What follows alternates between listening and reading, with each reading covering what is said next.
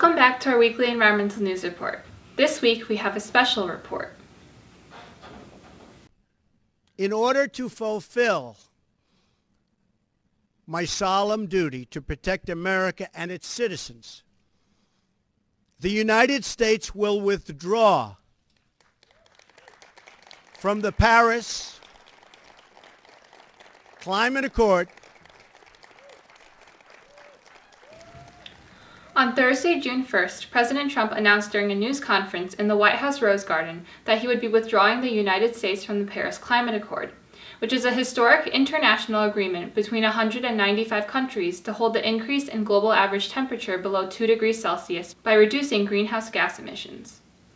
By doing this, Trump fulfilled his campaign promises, despite the fact that foreign leaders, business CEOs, and his own daughter Ivanka lobbied heavily for him to remain a part of the deal. In his speech, Trump argued that the Paris Climate Accord is extremely unfair to the U.S. in particular, saying that the agreement is less about the climate and more about other countries gaining a financial advantage over the United States. The agreement is a massive redistribution of United States wealth to other countries. It's to give their country an economic edge over the United States. That's not going to happen while I'm president, I'm sorry.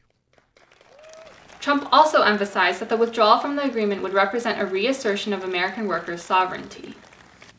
It is time to put Youngstown, Ohio, Detroit, Michigan, and Pittsburgh, Pennsylvania, along with many, many other locations within our great country, before Paris, France. It is time to make America great again. In a much quoted line from the speech, Trump also said that he was elected to represent the citizens of Pittsburgh, not Paris, somehow not realizing that climate change is a global issue that affects citizens in every part of the world. Foreign leaders from around the globe criticized Trump's decision. Leaders of Germany, France, and Italy dismissed the idea of renegotiation in a joint statement.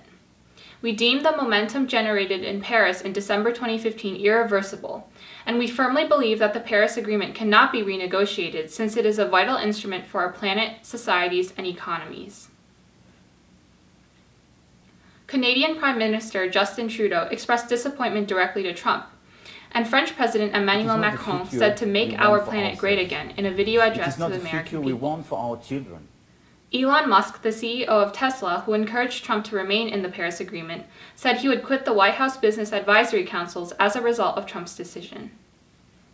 This move puts the U.S. among two other countries in the world who have not signed on to the Paris Accord, Syria and Nicaragua. Nicaragua actually did not join the accord because the plan did not go far enough to fight climate change. In response, the European Union and China have united behind the Paris climate deal. Miguel Arias Cañete, EU Commissioner on Climate Action and Energy, told CNN in a statement that the two powers are joining forces to forge ahead on the implementation of the Paris Agreement and accelerate the global transition to clean energy.